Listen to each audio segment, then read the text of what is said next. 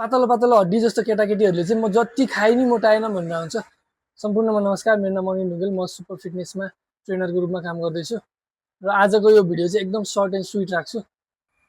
यदि तपाईँहरू एकदमै पातलो हुनुहुन्छ र वेट गेन गर्नको लागि स्ट्रगल गरिरहनु भएको छ भने तपाईँहरूले एउटा कुरा चाहिँ ध्यान दिनु पर्यो भन्दाखेरि तपाईँहरूले कति खानुभयो भन्दा पनि कति क्यालोरी खानुभयो त्यो म्याटर गर्छ क्या।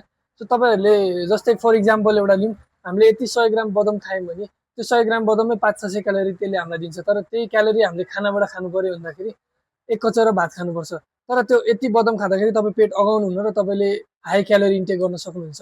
र तपाईँले भात खाँदाखेरि चाहिँ तपाईँले थोरै क्यालोरी खायो भने तपाईँले धेरै पोर्सन खानुपर्ने हुन्छ, त्यसैले तपाईँको पेट चाँडै भरिन्छ है।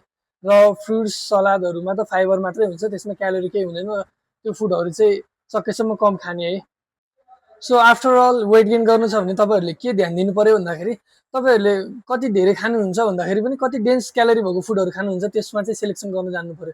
सो थोरै खाएर पनि हाई क्यालोरी फुड खानुभयो भने चाहिँ तपाईँहरूलाई वेट गेन गर्नको लागि हेल्प हुन्छ। र वेट गेन जर्नीमा चाहिँ मैले धेरैजनाले गरिरहेको मिस्टेक देख्छु कि एकैचोटि एउटै मिलमा धेरै खान खोज्नुहुन्छ क्या। उहाँहरूको मिल जम्मा दिनमा 2टा 3टा हुन्छ र त्यही मिलमा नै उहाँहरूले धेरै खान खोज्नुहुन्छ। सो त्यसो नगरेर दिनमा 5-6वटा मिल खाने र हाई क्यालोरी डेन्स भएको फुडहरू सेलेक्सन गर्ने। र वेट ट्रेनिङले चाहिँ तपाईँको एकदमै वेट गेनमा चाहिँ हेल्प गर्छ है त। तपाईँले वेट ट्रेनिङ गर्नुभयो, स्ट्रेन्थ ट्रेनिङ गर्नुभयो भने चाहिँ तपाईँको मेटाबोलिजम हाई हुन्छ, तपाईँलाई एकदम भोक लाग्ने हुन्छ, थकान एकदम लागेपछि तपाईँको अनि वेट गेन जर्नीमा चाहिँ एकदमै हेल्प हुन्छ है त।